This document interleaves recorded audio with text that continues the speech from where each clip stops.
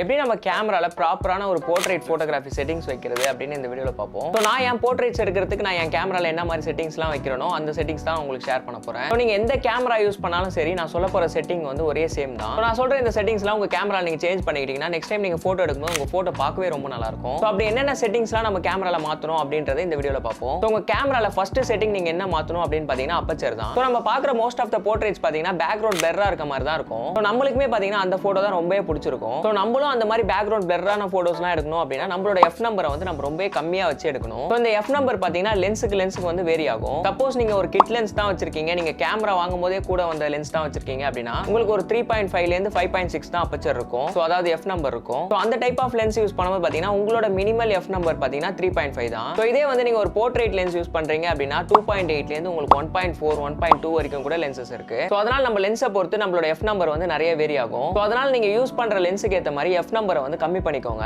நீங்க ஒரு portrait lens use பண்றீங்க, அதுல வந்து எஃப் நம்பர் வந்து 1.4 இருக்கு அப்படின்னா நீங்க 1.4ல வந்து செட் பண்ணிக்கோங்க. சோ உங்களோட பேக்ரவுண்ட் செப்பரேஷன் வந்து ரொம்ப நல்லா இருக்கும். செகண்டா நம்ம பார்க்க போறது வந்து பாத்தீங்கன்னா ஃபைல் ஃபார்மேட். சோ உங்களோட போட்டோ நீங்க எடுக்கிறீங்க அப்படின்னா நீங்க வந்து ரால செட் பண்ணி எடுங்க. So most of the photographers பாத்தீங்கன்னா அதிகமா ஜேபெக்ல தான் எடுப்பீங்க. சோ ஜேபெக்ல எடுக்கும்போது பாத்தீங்கன்னா உங்களுக்கு பெரிய லெவல்ல யூசஸே இருக்காது. எக்ஸாம்பிள் வந்து நம்மளால ஒரு ப்ராப்பரான எடிட்டிங்லாம் பண்ண முடியாது. அந்த போட்டோஸை நல்ல ஒரு ஷேடோ ரெக்கவரி, நல்ல ஒரு ஹைலைட் ரெக்கவரிலாம் நமக்கு அந்த போட்டோல கிடைக்காது. சோ அதே மாதிரி அட்வான்ஸ் லெவல்ல நம்ம கலர் கிரேட் பண்றதுக்கும் அந்த போட்டோ நம்மளால யூஸ் பண்ண முடியாது.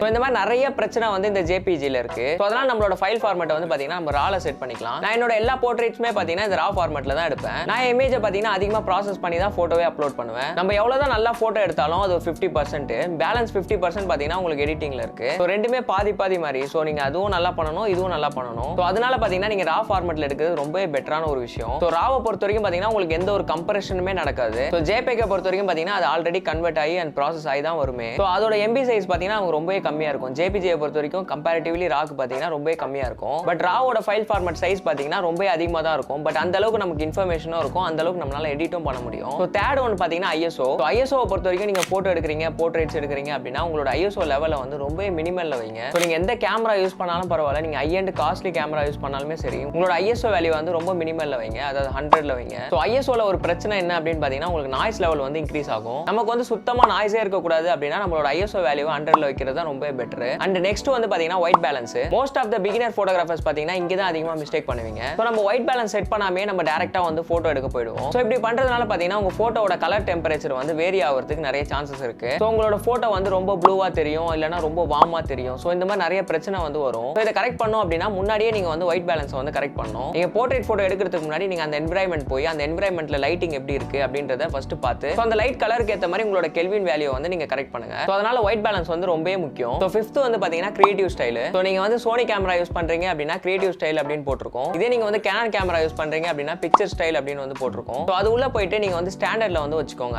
இன் கேஸ் வந்து நீங்க கலர் கிரேடிங் பண்றீங்க அப்படின்னா, அதாவது கலர் கிரேடிங் பண்றீங்க அப்படின்னா இந்த கிரியேட்டிவ் ஸ்டைல் உள்ள போயிட்டு ஸ்டாண்டர்ட்ல இந்த கான்ட்ராஸ்ட், ஷார்ப்னஸ், சேச்சுரேஷன் இதெல்லாம் கொஞ்சம் கம்மி பண்ணிக்கோங்க. நீங்க ஃபுல்லாவே மைனஸ்ல வச்சு கூட ஷூட் பண்ணலாம். சோ இப்படி நீங்க ஃபிளாட் கலர்ல போட்டோ எடுக்கும்போது பாத்தீங்கன்னா உங்களுக்கு வந்து எந்த ஒரு கலருமே இருக்காது, ஷார்ப்னஸ் இருக்காது, எதுவுமே இருக்காது உங்க போட்டோல. சோ ஆஃப்டர்ல வந்து நீங்க கலர் கிரேடிங் பண்ணும்போது அதுல ஷார்ப்னஸ், அதுல கலர் ப்ராசஸ், சோ இது எல்லாமே வந்து உங்களுக்கு ஏத்த மாதிரி நீங்க வந்து கலர் கிரேட் பண்ண முடியும். சோ இந்த செட்டிங் வந்து பாத்தீங்கன்னா ஒன்லி வந்து கலர் கிரேடிங் நல்லா பண்ண தெரிஞ்சிச்சு அப்படின்னா இந்த செட்டிங் நீங்க பண்ணலாம். அப்படி இல்ல அப்படின்னா நீங்க வந்து நார்மலா வந்து வெறும் ஸ்டாண்டர்ட்லயே வச்சுக்கலாம், அதாவது டிஃபால்ட் ஸ்டாண்டர்ட்லயே வச்சுக்கலாம். நீங்க போத் கேனான் யூஸ் பண்ணாலும் சரி ஆர் சோனி யூஸ் பண்ணாலும் சரி ரெண்டுமே நீங்க ஸ்டாண்டர்டே செட் பண்ணிக்கோங்க. சோ அவ்வளவுதான். அந்த 5 செட்டிங்ஸ் வந்து உங்க கேமரால நீங்க ப்ராப்பரா செட் பண்ணாலே போதும், உங்களால பியூட்டிஃபுல்லான போர்ட்ரேட்ஸ் வந்து எடுக்க முடியும். சோ ஆல்ரெடி இந்த செட்டிங்ஸ்லாம் நீங்க வச்சு தான் யூஸ் பண்ணிட்டு இருக்கீங்க அப்படின்னா எனக்கு வந்து கமெண்ட்ல சொல்லுங்க. இல்ல எனக்கு இந்த செட்டிங்ஸ்லாம் அவ்வளவா தெரியாது அப்படினாலும் கமெண்ட்ல சொல்லுங்க. சோ இனிமே உங்களுக்கு போட்டோகிராஃபி ரிலேட்டட்ல ஏதாவது क्वेश्चंस இருந்துச்சு அப்படின்னா அதுவுமே கேளுங்க, அதுக்கு தனியா வீடியோஸே பண்ணலாம். சோ இந்த வீடியோ பிடிச்சிருந்துச்சு அப்படின்னா லைக் பண்ணிக்கோங்க. சோ நம்ம சேனலை வந்து சப்ஸ்கிரைப் பண்ணிக்கோங்க. சோ அப்பதான் பாத்தீங்கன்னா நம்ம ஃபர்தரா போடக்கூடிய வீடியோஸ் எல்லாமே உங்களுக்கு ரீச் ஆகும். உங்களோட போட்டோகிராஃபி ஃப்ரெண்ட்ஸ் யாரா இருக்காங்க அப்படின்னா அவங்களுக்கு இந்த வீடியோ ஷேர் பண்ணுங்க. சோ அவங்களுக்கு ரொம்பவே பெனிஃபிட்டா இருக்கும். சோ அவ்வளவுதான் ஃப்ரெண்ட்ஸ் இந்த வீடியோ.